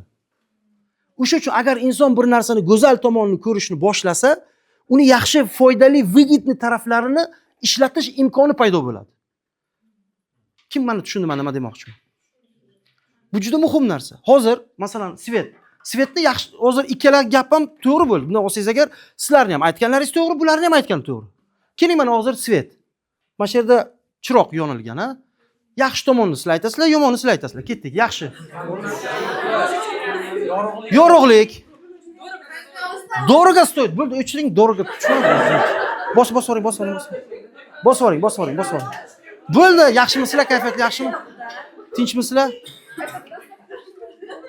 Ya'ni agar negativ tomonlama, faqat har bitta narsaga negativ tomonlama qarasak, o'sha tomonni, yaxshi tomonlarini ko'ra olmaysizlar sizlar.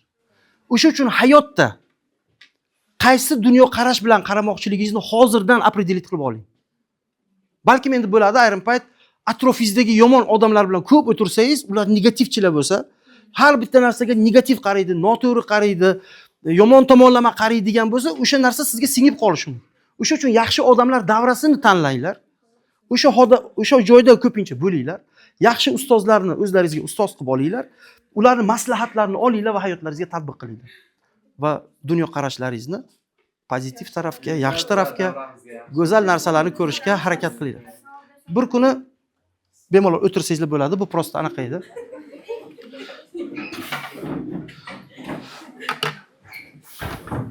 Qaranglar, sizlarga bitta savol. Diqqat. O'g'irlikda yaxshilik bormi? Bor. Qanday narsani o'g'irlashga bor? Kitobda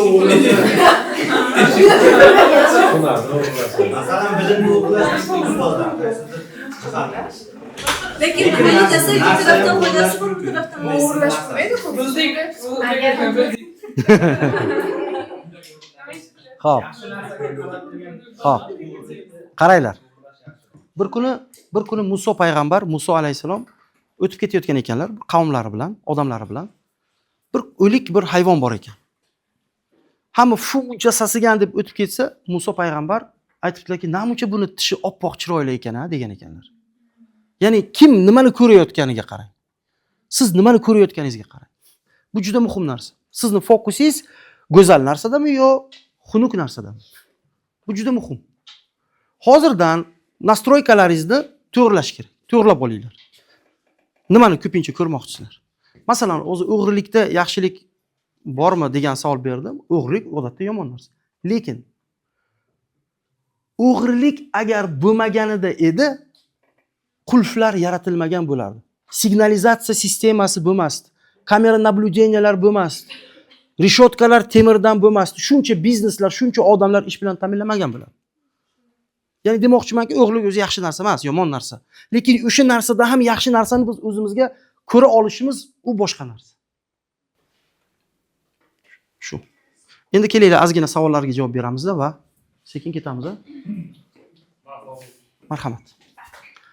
O'zingizni tanishtiring, qaysi yo'nalish, nimada o'qiysiz? Savolingiz. Alaykum assalom. Rahmat. Sizda 2018-yilda tuzatilgan Arasin Ruslan Bazizbek, Zarur institutida birinchi kurs iqtisod yo'nalishida o'qiyman. Zo'r, молодец. Darsdan tashqari tadbirkorlik bilan ham shug'ullanamiz. Zo'r. Sizni o'zi Perfect Consulting Group anaqangizga o'qishga bormoqchi bo'ldim men.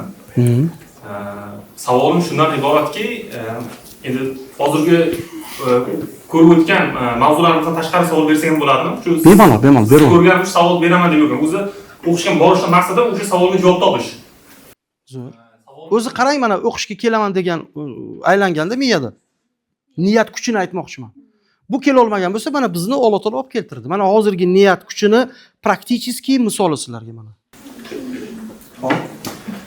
Bizni biznes uran qazish, ya'ni neft bilan shug'ullanamiz. Davlat bilan sherikchilikda Navoiy konida uran qazish bilan shug'ullanamiz. Bundan tashqari chuqur suv quduqlarini qazib chiqaramiz. Bizda asosiy muammo ishchi muammosi, ya'ni tajribali ishchilar yo'q. Tajribali ishchilarni men Alisher Sayevdan ko'rganman, sizdan ko'p videolarni ko'raman. O'sha maqsadagi videolardan ko'rganda ishchilar bilan birinchi o'rinda muhit to'g'ri kelish kerak deydi. Ya'ni u to'g'ri, muhitni ham to'g'irladik deylik. Oylikni ham yaxshi qildik deylik. Ya'ni keyingi yerda bosqich bor. Bunda ham ikkalasini ham to'g'ri qildingizmi? Yana 3-bosqich deyapti. Bizda kompaniyamizning missiyasi deyapti, ishchiga yoqish kerak deyapti. O'shani ham bir ko'rib chiqing dedi. Ya'ni uni ham to'g'irladik deydi. Savol ishchini qanday jalb qilsak? Bizlarda ishchi muammosi juda qiyin, chunki tajribali ishchilar kam. Savolingizni bering. Tajribali ishchilarni qanday qilib olib qolish? Rahmat. Xitoyliklarni javob bilan javob beraman. Xitoyliklar aytadi. Kapalakni deydi orqasidan quvma deydi. Kapalakni orqasidan yugurma deydi. Ko'rganmisizlar multfilmlarda, nima deydi uni? Setka bilan kapalakni orqasidan yuguradi-yu. Kapalakni orqasidan yugurma deydi. Senga kapalak kerak bo'lsa, bog' yaratgin. Bu kapalak kelmasa, boshqa kapalaklar oqib keladi. Siz kapalakni jalb qilmoqchi bo'lsangiz, bog' yaratishingiz kerak. Sizga axlatni yaxshi ko'radigan chivin, pashsha kerak bo'lsa, axlatxonaga aylantiring. Shular keladi. Bundan kelib chiqadiki, siz qanday xodimlarni olmoqchiligingizni birinchi aniqlab oling. Professional kerakmi sizga? Kim kerakligini aniqlab oling birinchi. Ana o'sha odamlar uchun muhitni yarating. Ularga nima kerak? Nima xohlaydi? Qiziqishlari nima? Qanaqa joyda ishlaydi? Nimaga sizni ishxonangizda ishlash kerak, boshqaga emas? Nimaga siznikini tanlash kerak, boshqanikini emas? Nima afzalligingiz, ustunigiz bor boshqalarga qaraganda? Nimaga kapalak bu bog'ga borish kerak, narigi cho'lga emas? Chunki uni talablari bor, o'sha talablariga mos bu joy. O'sha uchun bu yerga keladi. Tarakanlarni jalb qilmoqchi bo'lsangiz, nima qilish kerak? Bitni jalb qilmoqchi bo'lsangiz, nima qilish kerak? Kanani jalb qilmoqchi bo'lsangiz, nima ish qilish kerak? Oddiy narsa bu. Ya'ni o'sha muhitni paydo qilasiz ishxonangizning ichida. Tushuntira olyapmanmi? Va bunday xodimlar keladi sizning ishxonangizga. Albatta e'lonlar tizimi bor. Ya'ni birinchi muhitni yaratasiz, keyin e'lonlar tizimi bor. Bu e'lonni to'g'ri tuzasiz, to'g'ri joylashtirasiz. Uni ham jalb qilishning ham har xil usuli bor. Misol deylik, sizga qanday nomzod kerak, uni aniqlab olasiz, qayerdan topishingizni o'ylaysiz. Bo'lishi mumkin, shunday korxonalar bor, xodim qidirib topib beradigan korxonalar. Shunday saytlar bor, u yerda e'lonlar orqali xodimlarni topsa bo'ladi. Shunday muassasalar, tashkilotlar bor, ularga aytsangiz, ular sizga topib beradi. Har xil potoklar, har xil joylardan siz kadrlarni jalb qilasiz. Ularni bir necha bosqichli filtrlardan o'tkazasiz. Misol deylik, telefonda intervyu bor, uchrashuvdagi intervyu bor, anketa uslubi bor, case intervyu degan uslub bor. Har xil usullar bor. Biz buni tadbirkorlarga o'rgatamiz hozir. O'shalar asnosida topasiz. Masalan, to'xtang. Men sizga mana hozir bitta case aytaman yana. Mana Samarqandda bir shogirdimiz bor. Azim degan yigit. Azim Bayanxonov. Kim biladiganlar bormi Azim Bayanxonov? La Esmeraldani biladiganlar bormi? Azim Bayanxonov. Mana bizda o'qidi Azim. Bir nechta hozir proyektlarni rivojlantiryapti.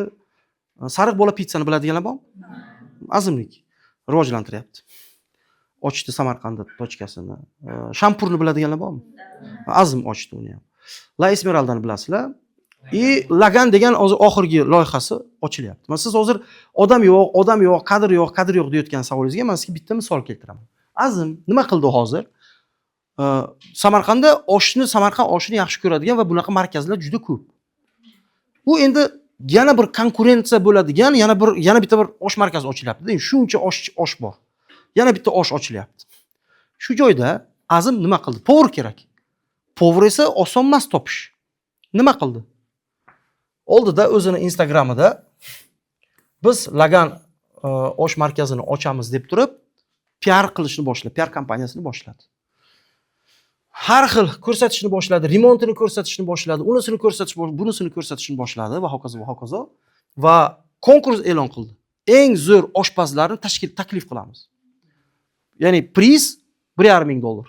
Kim eng nomer 1 oshpaz bo'ladi $1,500. Keyin 1200, keyin $1000.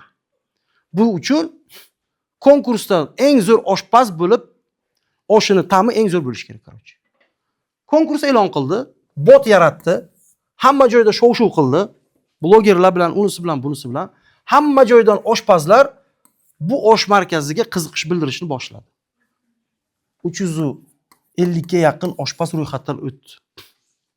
350. Qayerdan bunaqa hozir buncha kadrni topasiz? Topildi. Shuncha oshpaz, qaysi joyda ishlab turganlar ham bechota bu zo'r ekan deb zaifga qoldirganlar. Endi diqqat qiling. Bog' yaratish haqida men sizga gapiryapman-da hozir. Tushuntira oldimmi? 350 ta odamdan ichidan 30 tasini saralab, chertib tanlab oldi. Endi bu 30 tani ichidan 10 tasini chertib yana uni ichidan ham tanlab oldi. Maqsad nima desa agar, bu 10 tani ichidan 3 tasini tanlab oldi. Uni ichidan keyin bittasini tanlab oladi. Kim tushundi g'oyani? Bog' yaratishni bilish kerak. Ana endi bog' qanday yaratdi deysiz agar? Birinchidan osh markazida oshpazlar uchun bog' ekanligini isbotlab ko'rsatib bera oldiki, ular ko'rib turib, "Uxti, bu yerda men uchun bog' ekan-ku" deb turib oqib kelyaptimiz. Bunaqa imkoniyat, bunaqa sharoit, bunaqa obro'y, bunaqa va hokazo va hokazo. Siz ham xuddi shu ishni korxonangizda qila olasiz. Bu uchun ozgina ishlatish kerak. Bu ikkinchidan nastroykani tayyorlash kerak. Chivinni nastroykasida hozir qarayapsizmi? Asalarni nastroykasida qarayapsizmi? Qaysi birida qarayapsiz hozir? O'zim asalarni nastroykasida qarayapman. Yo'q, unaqa emas. Hozir qaraganingiz unaqa emas. Juda ko'p topgan ishchilarimni qanday to'g'ri kelyapti? Hozir qaraganingiz unaqa emas. Yo'q, birinchi men hamma narsani to'g'riladim, bitta masala oylikka ketdi qarab qoldi. Yo'q, unaqa emas. Bu sizning prosta fikringiz-da.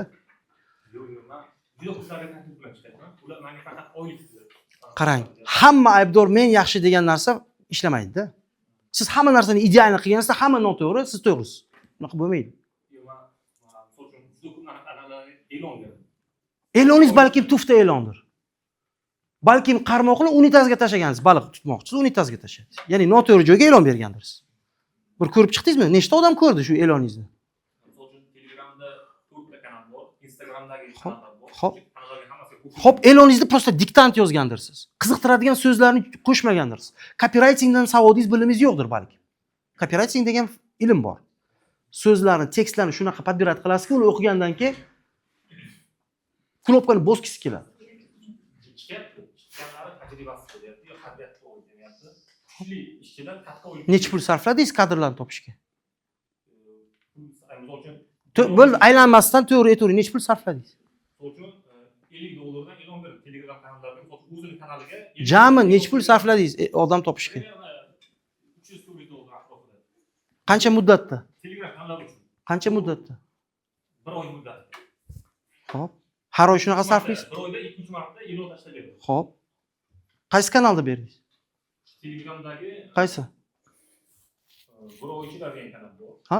Burovoychilar degan kanal bor. Bo'ri nima? Burovoychilar. Buravoychilar. Aha, buravoychilar. Shunga o'xshash bir nechta kanallar bor. Nechta podpishchigi bor yerda? Buravoychilarni. Eng ko'pida 2400 qancha? Buravoychilarni. Faqat buravoychilar u yerda. Faqat burovoychilar.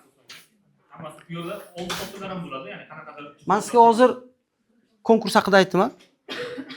Mexanizmini tushundingizmi yo'qmi? Mexanizm qanday ekanligini. Siz o'sha buravoychilaringiz uchun bir nimadir o'ylab toping shunaqangi. Mana degan nomer 1larini jalb qilish imkoni paydo bo'lsin. Siz nima qilmoqchisiz? Yaxshi kadrni olmoqchisiz, lekin yaxshi oylik bermoqchi emas. Shunaqami? Oylik beraman deyapman. Endi ular aytgan oylikni bersam, o'sha kompaniya firmani moliyaviy tarafiga zarar keladi. Yani agar moliyaviy tarafni ko'taraman desam, o'sha konkurensiyaga dosh bera olmaydi. Ha, sizda problema qarashingizda. Qarashda. Ha, qarashingizda. Sizda hozir har qanday narsada siz asalari emas, pashsha tomondan qaraverasiz har bitta narsa.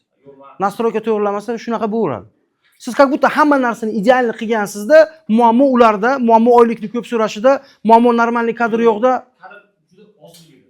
Ha, mana shunaqada, mana shunaqa muammo ketaveradi. Beskonechniy ketadi bu muammolaringiz. Men o'yladim, o'sha kadr juda kam, o'sha ham talab.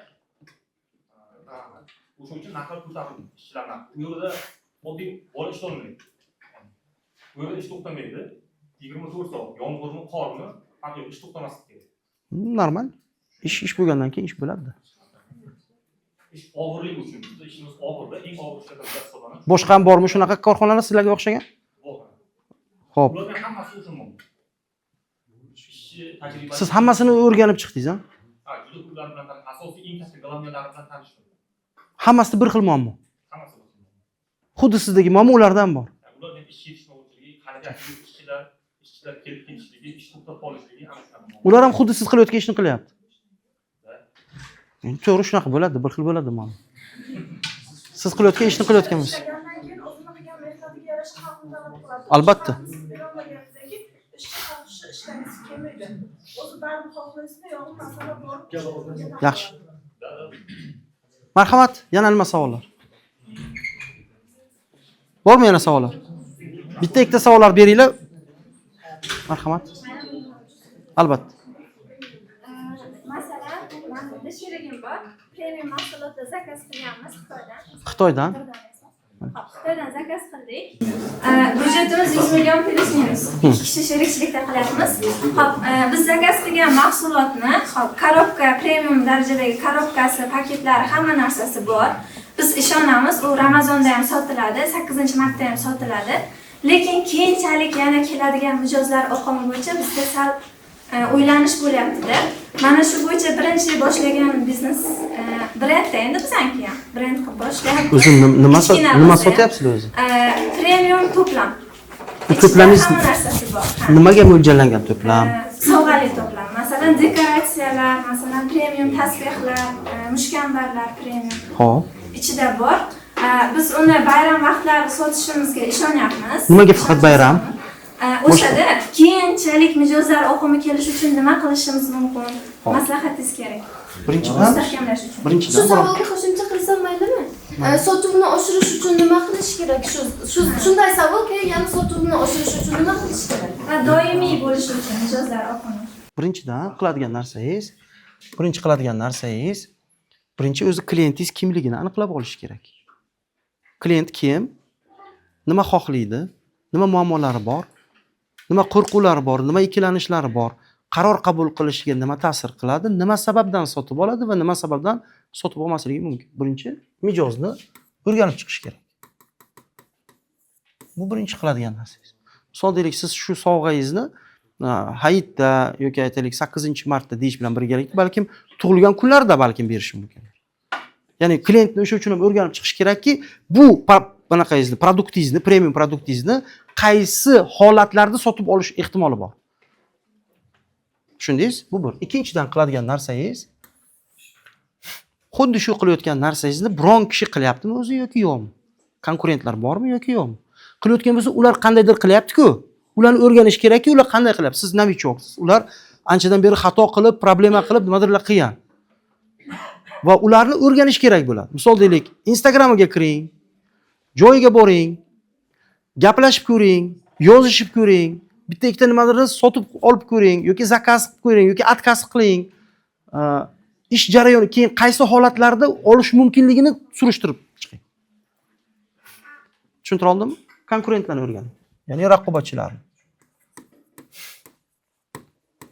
Endi mijozni o'rgandingiz, raqobatchini o'rgandingiz, siz topishingiz kerak o'zingizni boshqalardan farqli tomonlaringiz bo'lishi kerak. Unikalniy предложениеңiz bo'lishi kerak. Nima bor sizda taklif? Nima uchun siznikini olish kerak? Raqobatchingiznikini emas. Nima sizni ustunlik tomoningiz bor raqobatdagi? Nima yutug'ingiz bor sizni?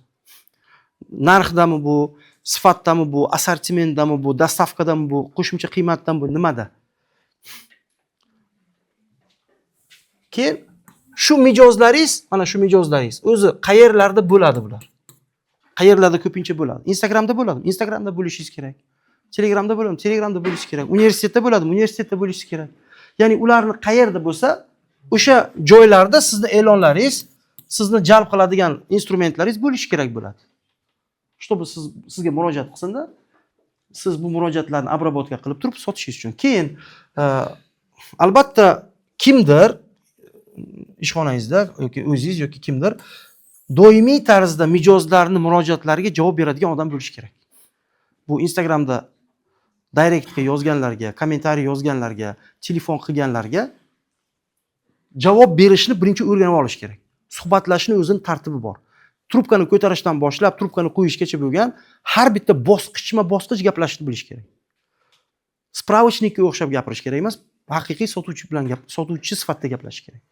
U podarkani yaxshi o'rganish kerak bo'ladi. Nimalardan iborat? Qaysi holatlarda buni podarka qilsa bo'ladi? Qaysi holatlarda qanday ishlatiladi? Va hokazolarni gaplashish kerak, bilish kerak gaplashishni. Shu tariqa keyin o'sha marketingingizga kuch ozgina ajratasiz. Reklamalar qilishingiz mumkin. Klientingizni qayerda ekanligidan, qanaqangi reklama turlarini o'rganib chiqasiz. O'sha asosida reklamalaringizni berasiz, raqobatchilarni o'rgandingiz, mijozingizni o'rgandingiz, kuchli taraflaringizni topdingiz, upakovka qildingiz. Misol deylik, javob beradigan odamlaringizni tayyorladingiz, Instagramingizni oformit qildingiz va xizmatlaringizni ko'rsatishni boshladingiz. Har xil reklama usullaridan foydalandingiz, murojaat bo'ldi, murojaatni обработка qilib xizmatlaringizni sotishni boshladingiz. Shu. Nima deydi? O'zbekchilik quruq qo'l bilan qaytmaydi deyishadi-ku. Rahmat. Tashakkurnomamiz. Rahmat. Siz arzimas Rahmat. universitetimizda sovg'asini qabul qilib olasiz. Rahmat. Salomat bo'linglar. Kelganingiz uchun rahmat. Rahmat. Rahmat.